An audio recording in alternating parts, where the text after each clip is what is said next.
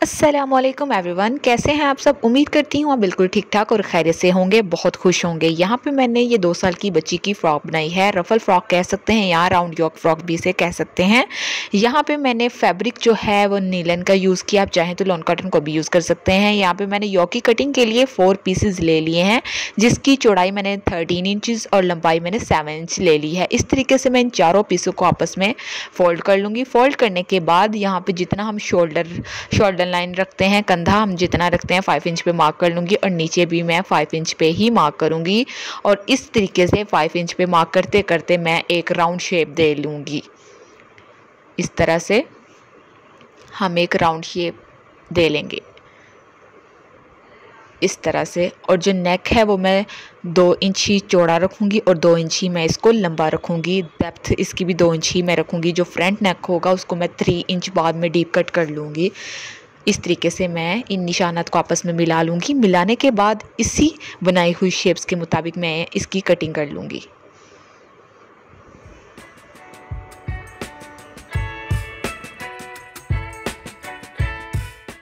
तो जी हमारी योक की कटिंग हो चुकी है। अब मैं इनको अलग कर लूँगी, 2 पीसेस अलग और 2 पीसेस अलग। समझे, ये हमारा एक इनर है और एक हमारा आउटर है, ठीक है। इस तरीके से मैं फ्रंट नेक की 3 इंच पर रख कर इस तरीके से डीप कटिंग कर लूँगी। और थोड़ा सा कंधा भी हम थोड़ा सा कटिंग कर लेंगे, नीट कर लेंगे इस तरह से। कटिंग करने के बाद मैं अब इसको आपको ओपन करके दिखाती हूँ। इस तरीके से ये हमारी योक जो है वो कटिंग हो गई है। अब मैं लोअर पार्ट लूँगी। लोअर पार्ट लेने के बाद मैं इसकी जो लंबाई है वो मैं 28 इंच ले रही हूँ और जो इसकी चौड़ाई है वो मैं 7 इंच ले रही हूँ। इस तरीके से मैं इसको फ़ोल्ड कर लूँगी। फ़ोल्ड करने के बाद इसका मैं आर्म होल कट करूँगी। आर्म होल हम किस तरीके से कट करेंगे, जो हमने अपनी योक कटिंग की थी उस पर हम 3 इंच पर रख कर निशान लगा लेंगे कुछ इस तरह से। निशान लगाने के बाद अब मुझे टोटल आर्म होल 5 इंच चाहिए, तो नीचे इस तरीके से मार्क कर लूँगी और जो निशान मैंने लगाया था वहाँ से थोड़ा सा हम राउंड लेके जाएंगे और ये हमारा हाफ आर्म होल कट हो गया है। और यहाँ से भी मैं थोड़ी सी राउंड शेप दे लूँगी कुछ इस तरह से।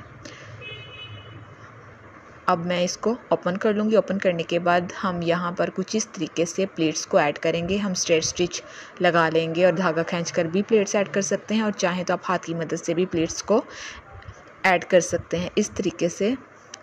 अब हम इनके शोल्डर लाइन को स्टिच कर लेंगे। यहाँ से स्टिच कर लिया है मैंने, इसे मैं अब ओपन कर लूँगी और जो दूसरा पार्ट है उसे भी इसके ऊपर रखूँगी।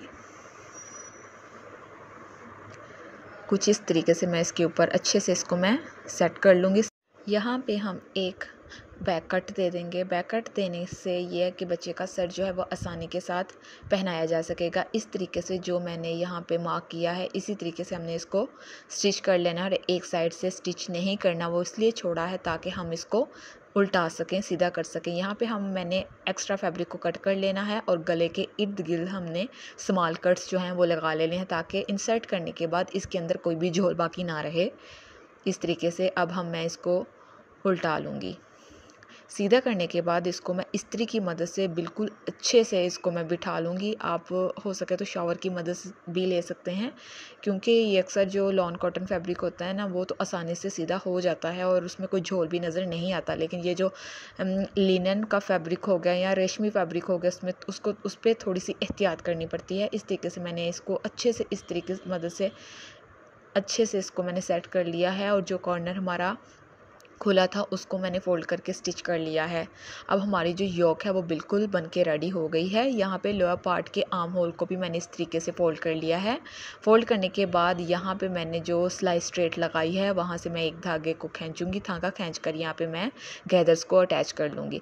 गैदर्स मेरी यहाँ पे बन के रेडी हो गई हैं, फ्रंट पार्ट की भी और बैक पार्ट की भी।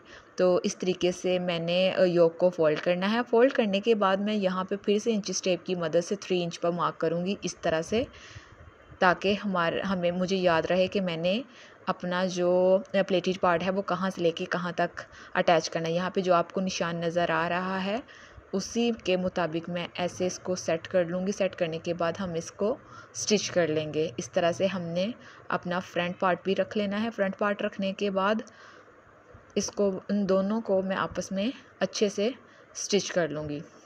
यहाँ पे मेरे दोनों पार्ट्स जो हैं वो स्टिच हो चुके हैं। अब हम क्या करेंगे, अब हम अपने आर्म होल की रफ़ल को रेडी कर लेंगे। यहाँ पे मैंने 17 इंच मैंने इसको लॉन्ग ले लिया और 3 इंच मैंने इसकी चौड़ाई ली है, ठीक है। और उसके बाद मैंने इसको एक बिल्कुल इसी तरीके से धागे को खींचकर मैंने इसमें भी चुनट्स को ऐड कर लिया और इस तरीके से हम इसके जो बाकी आर्म होल वाली जगह हमारी खाली थी वहाँ पे मैं इसको इस तरीके से सेट करके एक सिलाई लगा लूँगी। सिलाई की मदद से हमने इसको अटैच कर लेना है और याद रहे कि सिलाई हमने बहुत ही नीट और नफासत के साथ लगानी है। तो अब यहाँ से मैं आपको स्टिच करके दिखाती हूँ। यहाँ पे हमारे जो स्लीव्स हैं वो भी स्टिच हो चुके हैं और हमारा फ्रंट एंड बैक भी स्टिच हो चुका है। आप देख सकते इसकी लुक कुछ इस तरह से है। अब मैं फ़्रॉक को साइड से स्टिच कर लूँगी।